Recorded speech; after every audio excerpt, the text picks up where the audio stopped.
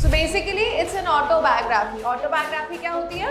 जिसमें हम खुद की लाइफ के बारे में लिखते हैं। इसने ये जो पूरी डायरी लिखी है ये उसी पीरियड में लिखी है जब इसने अपनी फैमिली के साथ ये छुपी हुई थी। तो एना फ्रैंक ने उस डायरी को इतना डिटेल में लिखा क्योंकि वो हर दिन उस फाउंडेशन को फील करती थी। सब चाहते हैं हम बोले और सामने वाला सुने। समझ में आया? पर पेपर के साथ ऐसा नहीं है। So paper has more patience than and it became one of the world's most widely read books. उस टाइम पर ये बहुत ज्यादा बुक फेमस हुई थी। Let's start with a new chapter everybody and the name of the chapter is From the Diary of Anne Frank. So basically it's an autobiography. Autobiography क्या होती है? जिसमें हम खुद की लाइफ के बारे में लिखते हैं। So autobiography, she has written about herself, कि उसने उस पीरियड में जिसकी हम बात करेंगे उसने उस टाइम पर क्या किया, ठीक है, उसी के बारे में स्टोरी है। चलिए तो सबसे पहले देख लेते हैं Anne Frank. She was born on 12th of June in 1929 in Germany. तो उसको याद रखना कब इसका बर्थ हुआ था। 1929 जर्मनी में 12th of June। अब अगर बात करेंगे तो family moves to Amsterdam. Nazis के बारे में पता है आपको? एसएसटी में पढ़ा था। नाजीज ऑक्यूपेशन जब हुआ उस टाइम पर ये लोगों को छुपना पड़ा। कहां पर जाकर ये छुपे? एक ऑफिस बिल्डिंग में, अपने फादर ऑटो फ्रैंक की ऑफिस बिल्डिंग में बहुत टाइम तक, 2 साल तक ये लोग वहां छुप कर रहे, ठीक है। तो इन्होंने क्या बोला? To escape Nazis persecution. तो यहाँ पर ये लोग एम्स्टर्डम में मूव हो गए। उस टाइम पे एना को उसके बर्थडे पर एक डायरी मिली, ठीक है। कौन सा बर्थडे था उसका? 13th बर्थडे पर she got a diary. Anna starts writing diary entries. उसने अपने मन की सारी बातें, हम लोग डायरी क्यों लिखते हैं? Something which we cannot tell to anybody, but we can write it in the notebook in a form of diary. कई लोग होते हैं जिनके पास दोस्त ही नहीं होते हैं, जिनके फ्रेंड्स ज्यादा नहीं होते हैं, तो वो ज्यादातर अपनी चीजें किससे शेयर करें? तो वो डायरी लिख देते हैं। और कभी कभी ऐसा भी होता है, दोस्त होते हैं फिर भी हम सारी बातें जब उनसे नहीं कर पाते तो we jot down into a diary. Simple. So Anne ने भी अपनी सारी फीलिंग्स, अपने सारे थॉट्स उस डायरी में लिख दिए थे। Family goes into hiding. जब वो लोग छुपने के लिए वहां पर छुपे रहे, she was in fear, hope and daily life. Obviously वो लोग होप करते थे हर दिन कि अगले दिन वापस अब हमारा कोई बेटर दिन आने वाला है, होपफुली हम लोग वापस वैसे ही रिज्यूम करेंगे जैसे हमारी लाइफ पहले चलती थी। एना शोज क्रिएटिविटी इन राइटिंग। अब जब उसने राइटिंग शुरू करी उसने काफी क्रिएटिविटी इसमें शो करी। एना की डायरी लास्ट में जाकर पब्लिश भी हुई, ठीक है। तो it also got published. Of course वो पब्लिश हुई तभी आज हम उसको पढ़ रहे हैं। समझ में आया? स्टार्ट करें चैप्टर। नाम देख सकते हैं आप, नाम क्या, पिक्चर देख सकते हैं। छोटी सी लड़की है, इसकी डेथ भी बहुत जल्दी हो गई थी। Anneliese Mary Anne Frank. She was born in 1929 and died in 1945. So कितने से साल जी है ये?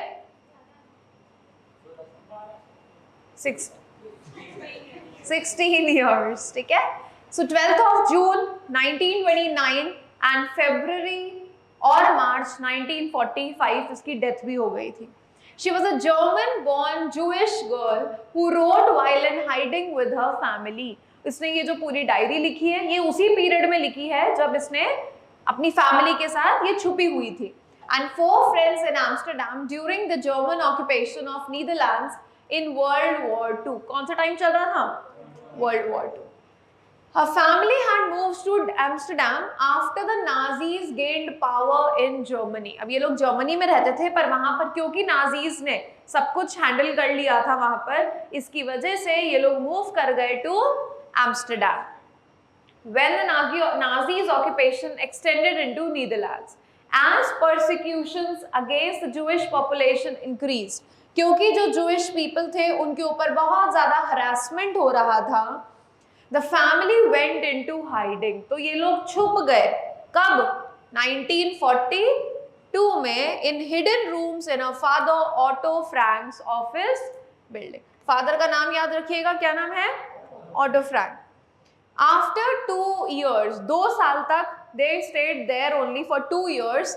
The group was revealed finally and transported to the concentration camp system where Anna died because of typhus.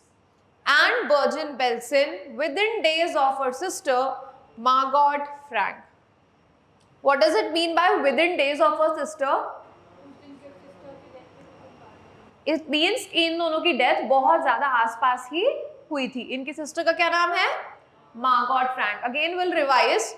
Main character का नाम है Anne Frank. She was born in 1929 and died in 1945. So basically for 2 years they spent in Amsterdam. They came from Germany in the time of World War II because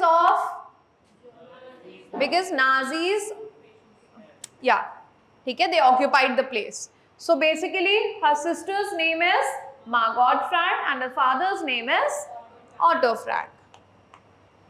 Her father Otto, the only survivor of the group. जितने भी लोग थे इनके साथ में, उनमें से सबकी किसी ना किसी रीजन से डेथ हो गई थी. Her father only survived in that period to Amsterdam after the war ended to find that a diary had been saved.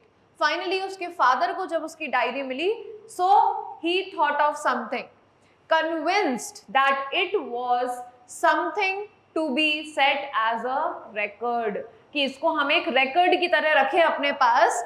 He took action to have it published in English under the name The Diary of a Young Girl. समझ में आया? तो ये जो हमारा chapter है ये पूरी डायरी नहीं है, ये सिर्फ उसका एक छोटा सा पार्ट है. The diary was given to Anne Frank for her 13th birthday and chronicles the events of her life from 12th June 1942 until 1944. इसकी फाइनल एंट्री, मतलब 2 साल तक इसने प्रॉपर डायरी लिखी है. It was eventually translated from its original Dutch. अब इसको लिखा गया कौन सी लैंग्वेज में? डच में. फिर फाइनली इसको ट्रांसलेट किया गया बहुत सारी लैंग्वेजेस में. जैसे जैसे लोगों को नीड हुई वैसे वैसे उन्होंने इसको ट्रांसलेट कर लिया. And it became one of the world's most widely read books. उस टाइम पर ये बहुत ज़्यादा बुक फेमस हुई थी. बहुत सारी फिल्म्स बनी इसके ऊपर, टेलीविजन शोज बने, theatrical productions and even an opera based on the diary. So it became extremely famous. Described as the work of a mature and insightful mind. Actually मैंने आपको ये पहले भी बोला था. अब मान लीजिए आपकी आने वाली generation, if not generation, I will say अभी वाले बच्चे जो अभी मान के चलो 3-4 साल के हैं, क्या उन्होंने वो कोरोना वाला कोविड वाला पीरियड देखा है? नहीं देखा, पर हमने तो फेस किया है. हमने देखा था कि कैसे हम ऑलमोस्ट 1 साल तक तो हम बिल्कुल ही पैक थे घर में, है ना. पीरियड तो ज्यादा था, बट जब हम बिल्कुल पैक हो गए थे कि बस हमें बहुत ही इमरजेंसी में घर से बाहर निकलने दिया जाता था. किसी ने नहीं सोचा था ऐसा होने वाला है. पर क्या जिस डिटेल में आज हम उस चीज को लिख सकते हैं कि कैसे हमने अपना वो महीने, हमने अपने वो साल बिताए, क्या आज वो आने वाली जनरेशन या वो आज 3-4 साल के बच्चे उस चीज को समझा पाएंगे? नहीं. वो सिर्फ सुन सकते हैं, हम उनको बताएंगे कि ऐसा हुआ था, पर क्या वो उसको फील करके लिख पाएंगे? नहीं. जिसने डंडे खाए हैं वही तो लिख पाएगा ना. जो बाहर निकला, पुलिस ने मारा, है ना, पिटकर बाहर आ गए, तो हम उसको डिटेल में लिख पाएंगे. तो ऐसा ही होता है. तो एना फ्रैंक ने उस डायरी को इतना डिटेल में लिखा क्योंकि वो हर दिन उस बाउंडेशन को फील करती थी. ठीक है, क्योंकि वो उसको ट्रैप होकर वहां पे रहना पड़ रहा था. सो डिस्क्राइब्ड कि ये जो काम है ये बहुत ही मैच्योर माइंड ने लिखा है. Provides an intimate examination of daily life under Nazis occupation. क्या हर इंसान हर रोज अपनी लाइफ में फील कर रहा था, वो एने फ्रैंक ने बहुत डिटेल में बताया था. एने Frank has become one of the most renowned. तो उस टाइम पर ये बहुत ज्यादा फेमस भी हुई and discussed of the Holocaust victims. तो सब लोगों ने इसी की बात करी क्योंकि इसी ने ऑब्वियसली अपनी लाइफ को प्रेजेंट किया था। अब यहां से ये खुद बोल रही है, writing in a diary is really a strange experience. Diary लिखना नॉर्मल नहीं है, बहुत अजीब सा काम है। Not only because I've never written anything before, but also because it seems to me that later on neither I nor anyone else will be interested in the musings of a 13-year-old girl. Musings means thoughts, सोचना, सोच। तो आज जब हम diary लिखते हैं तो हम तो इसलिए लिखते हैं कि कोई पढ़ ना ले गलती से भी, है ना। तो हम तो क्योंकि अपनी पर्सनल बातें लिख रहे हैं तो हम नहीं चाहेंगे कोई भी उसको पढ़े। पर अगर आप मान लीजिए कुछ ऐसा लिख रहे हैं कि लोग पढ़े भी तो कोई दिक्कत नहीं होगी, तो आप चाहेंगे कि वो कभी ना कभी रीड करे कोई ना कोई, और शायद वो कभी फेमस भी हो अगर if you are writing good things. तो एना सोचती थी कि मैं कितनी ही चाहे कोशिश कर लूं, पर कौन ही एक 13 साल की बच्ची की डायरी कभी भी पढ़ेगा। Oh well, it doesn't matter. I feel like writing. She thought कि चलो छोड़ो, मुझे अच्छा लगता है कि मैं डायरी लिखूं, और सबसे ज्यादा है कि I want to get all kind of things off my chest. मुझे अपने दिल से सारी बातें बाहर निकालनी है, जितना भी मेरे मन में दिन भर चीजें चलती रहती है, because मेरी लाइफ में कोई ऐसा नहीं है जिससे I can share my feelings, my thoughts, my ideas. Understood? आगे बढ़े। Paper has more patience than people. ये क्वेश्चन बहुत इंपॉर्टेंट है, कई बार इस सिर्फ एक लाइन के लिए 5-6 मार्क्स का क्वेश्चन भी पूछा जा सकता है। Get prepared for it. इस चैप्टर में ये बहुत इंपॉर्टेंट रोल प्ले करेगी दिस लाइन, तो याद रखना। Paper has more patience. क्या आपको भी ऐसा लगता है? बिल्कुल ऐसा है। आज तुमने अपने दोस्त को जो बात बोली है, कितनी % गारंटी है कि वो जाके किसी को नहीं बोलेगा? 100%। ओके, बट व्हाट इफ 3 साल बाद जब आप उसके दोस्त ही ना रहो और कभी अब कोई ऐसी बात निकली तो आपकी बात बोल सकता है, नॉर्मल है कि नहीं। मतलब लोगों से हमें बातें छुपाना बहुत मुश्किल है, पर अगर हम वही चीज पेपर पर लिखेंगे तो क्या होगा? देखने के चांसेस 0 है। और सबसे बड़ी बात, यहाँ पर सिर्फ रिवीलिंग की बात नहीं है, यहाँ पर बात है पेशेंस की। आज तुम अपने दोस्त को बोलोगे कि तुझे पता है बहुत अच्छी मूवी लगी है, अपन चलेंगे, and you are talking about a movie. क्या वो दोस्त तुम्हें आगे से कोई अपना ओपिनियन नहीं देगा कि चल यार इतनी बजे चलेंगे, या चल रहने दे अपन तो वो वाली मूवी चलेंगे? तो वो भी तो आपको अपना ओपिनियन देगा। तो आज किसी के पास भी पेशेंस नहीं है। सब चाहते हैं हम बोले और सामने वाला सुने। समझ में आया? पर पेपर के साथ ऐसा नहीं है। So paper has more patience than people. I thought of this saying on one of those days when I was feeling a little depressed. Obviously मैं ऐसा उस दिन सोच रही थी जब मैं बहुत depressed थी, and was sitting at home with a chin in my hands. Chin in my hands. Chin in my hands. समझ गए? Hands bored and listless. Wondering whether to stay in or go out. I was confused कि मैं घर पर रुकूं या बाहर चली जाऊं. I finally stayed where I was, brooding. Brooding means I was in my own thoughts. मैं अपने ही विचारों में थी, अपने ही thoughts में थी. Yes, paper does have more patience. And since I am not planning to let anyone else read this stiff-backed notebook. Stiff-backed means notebook होती है, उसका जो कवर होता है हमारा वो स्टिफ होता है, कभी कभी, हमेशा नहीं होता है ना। स्टिफ बैग नोटबुक उसी को बोला गया है, grandly referred to as a diary. Unless I should ever find a real friend, जब तक मुझे कोई अपना रियल फ्रेंड नहीं मिलता है, this will be my friend. It probably won't make a bit of difference. Now I am back to the point that prompted me to keep a diary in the first place. चलो मैं वापस उसी point पर आती हूँ कि मैंने आखिर लिखना शुरू क्यों किया। Because I do not have a friend. Let me put it more clearly.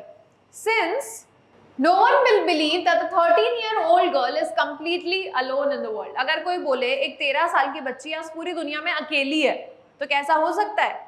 नहीं हो सकता। कोई तो होगा, उसकी फैमिली होगी, फ्रेंड्स होंगे, कोई तो होगा। I have loving parents and a 16-year-old sister, and there are about 30 people I can call friends. But still, I cannot talk everything or about anything to any of them. ठीक है, मैं सब कुछ किससे नहीं बोल सकती हूँ. I have a family, loving aunts and a good home. No. On the surface, I seem to have everything except a true, we can say, best friend. All I think about when I'm with friends is having a good time. हम दोस्तों से मिलते हैं ताकि हमारा time अच्छा पास हो जाए, हम लोग मजाक मस्ती करें, बातें करें, तो we have a good time, इसलिए हम दोस्तों से मिलते हैं. But I can't bring myself to talk about anything but ordinary everyday things. पर मैं अपने दोस्तों से सिर्फ रोज की जो ऑर्डिनरी बातें हैं सिर्फ उतना ही कर पाती हूँ. I can not talk what I feel. जो मैं सोचती हूँ, मेरे कोई थॉट्स हैं, मैं वो उससे नहीं बोल पाती हूँ. We don't seem to be able to get any closer and that's the problem. हो सकता है कि ये मेरी गलती हो, that we don't confide in each other. हम अपने आपस में बातें नहीं कर पाते हो सकता है कि ये मेरी ही मिस्टेक हो. In case, that's just how things are and unfortunately they are not liable to change. और मुझे लगता है मेरी दोस्ती ऐसे ही रहेगी, मैं कभी बदलने नहीं वाली हूँ. This is why I started the diary. To enhance the image of this long awaited friend, और इस friend की image को enhance करने के लिए in my imagination, I don't want to jot down the facts in the diary the way most people would do. But I want the diary to be my friend. आज हम लोग diary लिखते हैं तो हम लोग अपने chronicles उसमें लिखते हैं, जैसे कि today I had a great day, there was a fest in our coaching and we enjoyed a lot, है ना, हमने फेस्ट लगाया, हमने वहाँ पे गेम्स खेले, we had food, we have installed a stall there. हम अपनी अपनी चीज़ें उसमें लिखते हैं. बट उसने क्या बोला, मेरे साथ ऐसा नहीं था. मैंने क्या लिखा, क्या लिखा? अरे हेलो किटी, ये तो मैं बोली ही नहीं अभी. तो मैंने अपने सारी दिल की बातें, मैंने उसको अपना सच्चा दोस्त माना और रियलिटी में जो लिखना चाहती थी वो लिखा. And I am calling this friend Kitty. Since no one would understand a word of my stories to Kitty if और why I were to plunge right in. अगर मानो मुझे एक दिन तुम्हारी कोई डायरी मिली और तुमने ऐसे लिखना शुरू कर दिया, आज तो मैं यहाँ गया था and I enjoyed a lot, मैंने ये किया, मैंने वो किया, मैं क्या तुम्हें पहचान पाऊंगी? मैं तो सिर्फ गैस ही कर पाऊंगी. नहीं यार, कैसे पहचान जाऊंगी ऐसे? तो तुम्हें पहचान जाऊंगी, you don't worry about it. तुम ये लिख देना, मैं कभी कभी आता हूँ, तो मुझे याद आ जाएगा ये वही है. चल, so I'd better provide a brief sketch of my life, much as I dislike doing so. तो क्यों ना मैं अपने बारे में इंट्रोडक्शन लिखूं सबसे पहले कि मैं हूँ कौन. एंड वो चीज मुझे करना बिल्कुल भी पसंद नहीं है. My father, the most adorable father, वो सबसे प्यारे फादर हैं दुनिया के. डिडंट मैरी माई मदर, उन्होंने मेरी मदर से तब तक शादी नहीं करी थी until he was 36 and she was 25. Oh my god, 11 years gap. My sister Margot was born in Frankfurt, Germany, 1926 and I was born in 1929. I lived in Frankfurt until I was 4. My father emigrated means moved to Holland in 1933. My mother Edith Hollander Frank. सबका नाम याद हो गया ना तुम्हें? Sister का क्या था? फादर का? मदर का? Edith Hollander. Frank went with him to Holland in September, while Margot and I were sent to Aachen. अब क्या था ना, इसके पेरेंट्स कहाँ शिफ्ट हो गए थे? हॉलैंड में. और इन दोनों को थोड़े टाइम के लिए आचिन भेज दिया गया था. किसके पास? Margot went to Holland. और फिर मार्गॉट भी हॉलैंड चली गई दिसंबर. And I followed in February. When I was plunged down, जिस दिन मैं वहां पहुंची उस दिन किसका बर्थडे था? मेरी सिस्टर का बर्थडे था. तो मुझे ऐसा लगा कि उन्होंने मुझे एज अ प्रेजेंट ले जाया गया है और मुझे वहां पे जाके रख दिया. Plunk down on the table as I was a birthday present for समझ में आ गया यहाँ तक? 100%। पहले कहाँ रहते थे ये लोग? सचिन ही बताएगा ना, इसको ज्यादा समझ में आ गया। क्या था? जर्मनी। फिर ये लोग कहाँ गए? आचिन। फिर कहाँ गए? हाँ, इसका बर्थ कब हुआ था?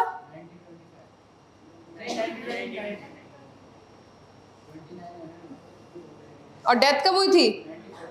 तो कितने साल हुए? पक्का 12 तो नहीं हुए प्रथम? I started right away at the Montessori Nursery School. I stayed there until I was 6. जब तक मैं 6 साल की हुई मैं वहीं पर रुकी. At which time I started in the first form. जब मैं अपनी first class में आई, in the 6th form my teacher was Mrs. Kupiris, जो वहाँ की headmistress थी. अब वो और मैं, हम दोनों आपस में इतना अटैच्ड थे, जब मैंने स्कूल छोड़ा तो शी क्राइड, हम दोनों ही रो रहे थे. I also cried. In the summer 1941 what happened? Grandma fell ill and had to have an operation, so my birthday passed with little celebration. तो एना का बर्थडे सेलिब्रेट नहीं हुआ क्योंकि उसकी ग्रैंडमदर इल थी. ग्रैंडमा डाइड इन जनवरी 1942. किसी को नहीं पता how often I think of her. अगले ही साल उनकी डेथ भी हो गई. मैं उनको बहुत याद करती हूँ and still love her. Next year भी मेरा बर्थडे सेलिब्रेशन नहीं हो पाया. Was intended to make up for the other. ऐसा बोला गया था कि अगले साल हम तुम्हारा बर्थडे और अच्छा सेलिब्रेट करेंगे क्योंकि इस साल नहीं हो पाया, पर अगले साल भी नहीं हो पाया. And grandma's candle was lit along with the rest. The 4 of us are still doing well. हम फिर भी ठीक थे. And that brings me to the present date of 28th June 1942 and the solemn dedication of my diary. Solemn means SOLEMN. हाँ, तो अभी तक पूछा भी नहीं किसी ने. ओह,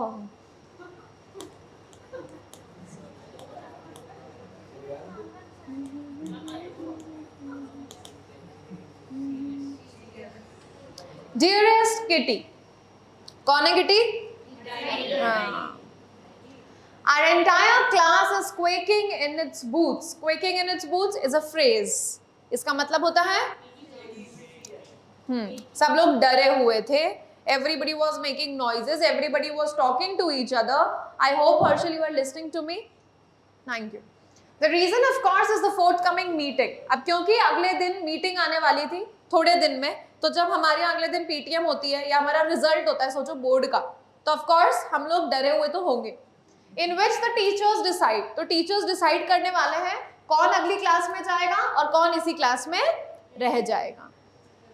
सो हमारी आधी से ज्यादा क्लास आपस में बेट लगा रही थी कि तू पास होगा या ये पास होगा. Everybody was making bets. अब यहाँ पर उसकी एक फ्रेंड है जिसका नाम है GN, शॉर्ट फॉर्म ही बताया. We both were ourselves silly. We were laughing at the 2 boys. हम 2 लड़कों के ऊपर बहुत हंस रहे थे जिनका नाम था CN एंड जेक्स. दोनों ही आपस में बेट लगा रहे थे. Staked their entire holiday saving. उन्होंने तो अपनी पूरी सेविंग ही उस पे लगा दी.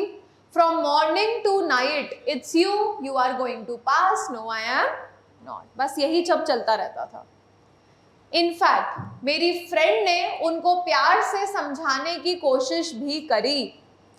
And my hungry outburst, और मैंने उनको चिल्ला के समझाने की कोशिश भी करी, पर कोई फायदा नहीं हुआ. If you ask me, अगर मुझसे पूछो तो मेरी क्लास में तो बहुत सारे डमीज हैं. समझते हो dummies? That about a quarter of the class, कि हमारी क्लास में से quarter of the students, quarter कितना होता है?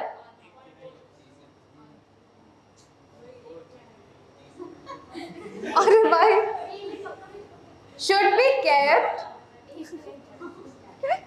Teachers are the most unpredictable creatures on earth. पर ये तो नॉर्मल सी बात है. पर आखिर सब कुछ डिपेंड किसके पर करेगा? टीचर्स के ऊपर कि वो कितने मार्क्स देते हैं, वो पास करते हैं या नहीं, क्योंकि टीचर्स तो बहुत अनप्रिडिक्टेबल है, वो कब क्या करते हैं किसी को नहीं पता। ऐसा कुछ नहीं है यार, नहीं नहीं ऐसा बिल्कुल भी नहीं है। क्यों, हमें क्या मजा आता है, तुम लिखोगे तो मार्क्स देंगे ना, गजब हो यार। बस दूसरों को बोलो, खुद की कमियां नहीं देखो कि हम क्या गलत कर रहे हैं, हमें अच्छे से लिखना आना चाहिए ना। हाँ दोस्त I am not so worried guys, I am not so worried about my girlfriends and I will make it। हमें पता है कि हम गर्ल्स तो पास हो जाएंगी, पर बॉयज का क्या होगा। I am not sure about maths, पर एने फ्रैंक डरी हुई हैं because of the subject maths। Anyway, we can do is wait until then we keep telling each other not to lose। एक दूसरे को हम क्या कर रहे हैं, सेट वो बस वो कर रहे हैं, होप दे रहे हैं कि चलो ठीक है तू हो जाएगा, तू पास हो जाएगा, तो टेंशन मत ले, है ना, जैसे हम एक दोस्तों के साथ करते हैं। I get along pretty with all my teachers। तो मेरी बाकी टीचर से अच्छी खासी बॉन्डिंग है, but 9 of them 7 men and 2 women। पर एक मेरे टीचर है मैथ्स टीचर मिस्टर की Singh, the odd foggy who teaches maths, old fashioned type man है, who was annoyed with me for ages। कभी कभी हमें ऐसा लगता है ना किसी टीचर से कि ये पक्का हमसे जन्मों से दुश्मनी लेकर आया है। क्या Yashvardhan, see Yash is so happy यार, मैम आज तो खुद ही बोल रही हैं ऐसा कुछ नहीं होता यार, तुम लोग ज्यादा सोचते हो। हाँ नहीं ऐसा कुछ नहीं है, किसी को कोई तुमसे पर्सनल दुश्मनी नहीं निकालना चाहता है। हमें क्या पड़ी है, हम तुम्हें अगले साल भूल जाएंगे, तुम दूसरी क्लास में चले जाओगे, हमें कहाँ याद रहोगे, जब मिलोगे तो हम तो अच्छे से ही मिलेंगे, हमें कहाँ याद रहेगा कि ये क्लास में आता था, ये होमवर्क करता था, ये बातें करता था, हमें कुछ नहीं याद रहता। तब नहीं भूल पाते ना हम, तब हमें परफॉर्मेंस बतानी होती है कि शायद कोई बदलाव आए और तुम्हारी जिंदगी बन जाए। अरे तो ये हमें क्या चाहिए यार। चलो एवरीबॉडी अभी बातें नहीं करनी है, otherwise I will be mister Keesing and you will be Anne Frank. कोई बात नहीं, मैं पढ़ा दूंगी तो टेंशन मत लो। नहीं मैं बन जाऊंगी आई विश कि तुम्हारी तरह मैं 2 + 2 6 ना कर दूं। स्टार्ट करें गाइस, कैन वी कंटिन्यू।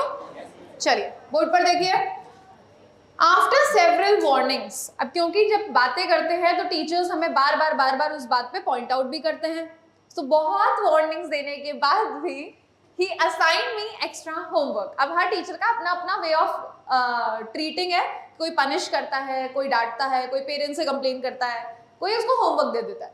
तो उन्होंने उसको होमवर्क दे दिया, उन्होंने बोला एक ऐसे लिख कर लाओ, किसके ऊपर, चैटर बॉक्स के ऊपर। Chatter box, what can you right about that. अब तुम्हें मैं बोलूं लिखो चैटर बॉक्स के बारे में, क्या लिखोगे कि मैं एक चैटर बॉक्स हूं क्योंकि I talk a lot, and कितना लिखोगे सोचो, और एक ऐसे लिखना है, ऐसे मीन्स अ लॉन्ग पैसेज, समझे। So I worry about that letter. उसने सोचा चलो छोड़ो घर जाके सोचूंगी। मैंने अपने टॉपिक को जॉट डाउन कर लिया नोटबुक में and try to keep quiet. That evening after I finished my homework, मुझे याद आया उस एसे के बारे में। I again open the notebook and begin thinking about the subject while chewing the tip of the fountain pen. समझ गए। Anyone could ramble on and leave big spaces between the words। सबसे famous चीज बताती हूँ, जब हम exams देते हैं और हमारे पास नोटबुक होती है तो हम लोग क्या करते हैं, बहुत सारे ऐसे बच्चे हैं जो 2-2 पेज बीच में लीव कर देते हैं, maybe just to show others कि मैं नोटबुक ले रहा हूँ, आई एम टेकिंग सप्लीमेंट्री। और तुम में से बहुत सारे लोग हैं, है ना, वो कौन है आई डोंट नो, मैं बता दूंगी अगर हाफ ईयरली में ऐसा किया तो, फैनुअल प्री बोर्ड्स में, ठीक है। तो मैं क्लास में आके बता दूंगी कि इस बच्चे ने ऐसा किया है। बहुत सारे बच्चे ऐसा करते हैं। या फिर जब हमें ऐसा शो करना होता है कि हमें आता तो है नहीं आंसर, पर हमें उसको लॉन्ग वे में लिखना है, लेंदी बनाना है, तो हम क्या करते हैं, दूर दूर लिखते हैं, तो ऐसा लगता है ज्यादा स्पेस फिल हो गई है, राइट इशरत, सी इसको सब पर है। सो अगर मैं चाहूं तो मैं बहुत सारा गैप दे देकर लिख सकती हूँ, अगर मैं चाहूं तो मैं फालतू की बातें भी उसमें कर सकती हूँ, है ना। जैसे आप लोग कुछ भी लिख कर आ जाते हो ना कभी जब हमें आता ही नहीं है, पर ऐसा नहीं था। ट्रिक तो ये था कि मैं कन्विंसिंग आर्ग्यूमेंट्स लेकर आऊं कि बच्चों के लिए बात करना जरूरी है। I thought and thought, exam आने दो। Suddenly I had an idea.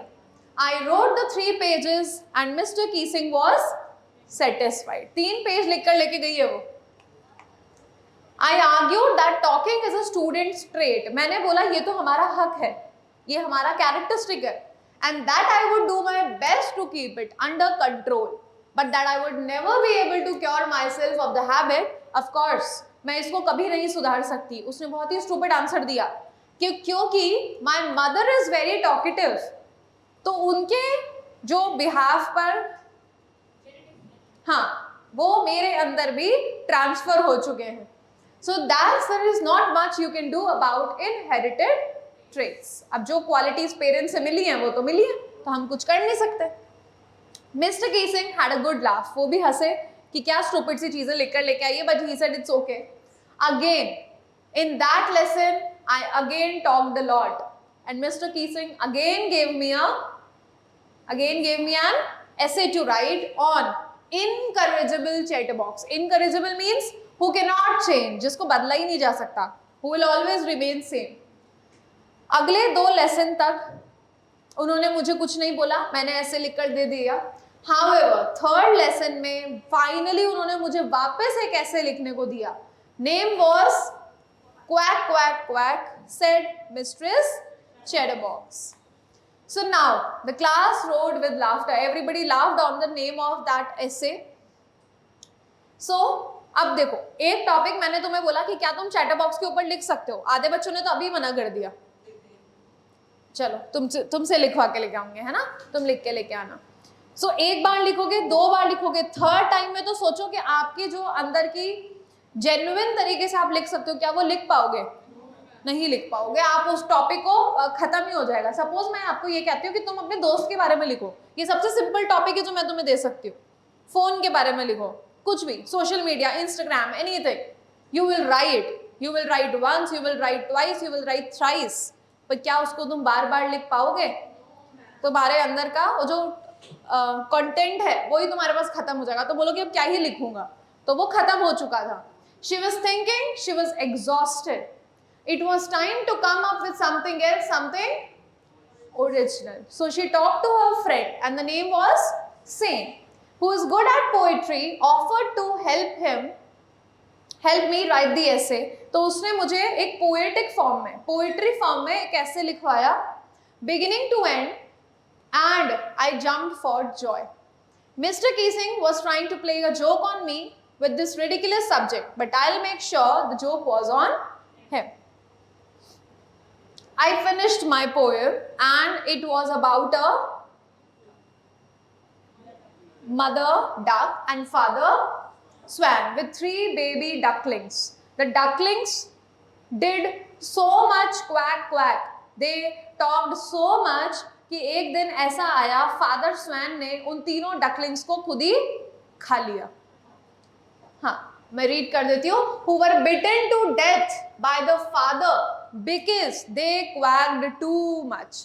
So luckily Mr. Keesing took the joke the right way. किस्मत अच्छी थी कि टीचर ने उस दिन गुस्सा नहीं किया और वो भी फनी वे में ले गए उसको, एंड उन्होंने जाकर ये सारी पोएम्स, जो मेरी पोएम थी, सारी क्लासेस में उन्होंने रिसाइट करी, abiding his own comments and to several other classes as well. उस दिन से I was allowed to talk and haven't been assigned any extra homework. On the contrary, आजकल मिस्टर कीसिंग हमसे कंटिन्यूसली जोक्स करते रहते हैं। इसका रियल लाइफ से कोई लेना देना नहीं है, ऐसा कुछ नहीं होता है। चलिए, that's it. This was a chapter about. Let's start with the exercises first. True and false. Anna received her diary as a gift. Anna always felt that a friend understood her perfectly. Harshal, answer karo. Anna considered her diary to be her best friend. Stand up. Mr. Keesing punished Anna for talking too much in class. The title of Anna's first punishment was a talkative girl. What was it? Which one? Bus. Anna wrote a humorous poem in a last assignment. Funny poem. Funny है तो true, humorous है तो wrong. Mr. Keesing became stricter with time.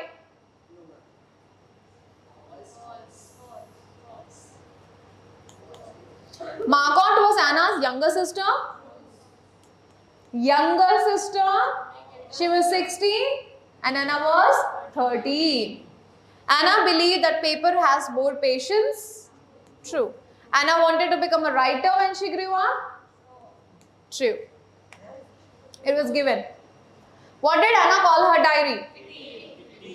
Why did Anna feel the need to write a diary? तुमने read किया? नहीं. She had no close friend to share her feelings with, so she started writing diary. What was Mr. Keesing's subject? What does Anna write about in her diary? About? What was Anne's father's name? Mother's name? Edith Hollander Frank. What subject was Anna not so good at? And you? Everything. English, bas. Why did Anna's teacher, Mr. Keesing, punish her?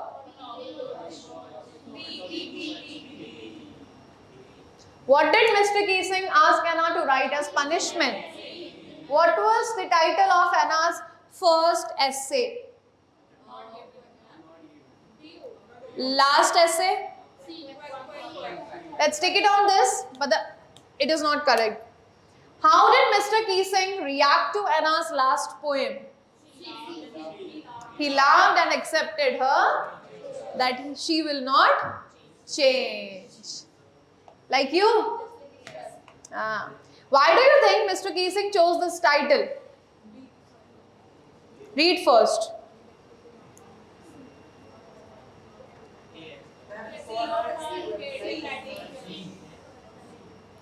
What does had a good laugh imply? Good laugh का क्या मतलब है? Celebrated his ability to make Anna write the essay, ridiculed Anna in front of the whole class, pulled up Anna for her arguments, or was laughing heartily in a positive sense. What convincing argument was made by Anna? Sanjana.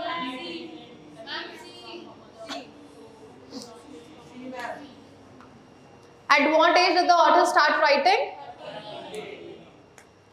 What does she say about writing in a diary? Strange experience. What does Anna receive for her 13th birthday? What group are the Franks hiding from? What does Anna call her diary? Who is Margot? Okay, that's it everybody. Thank you for the class.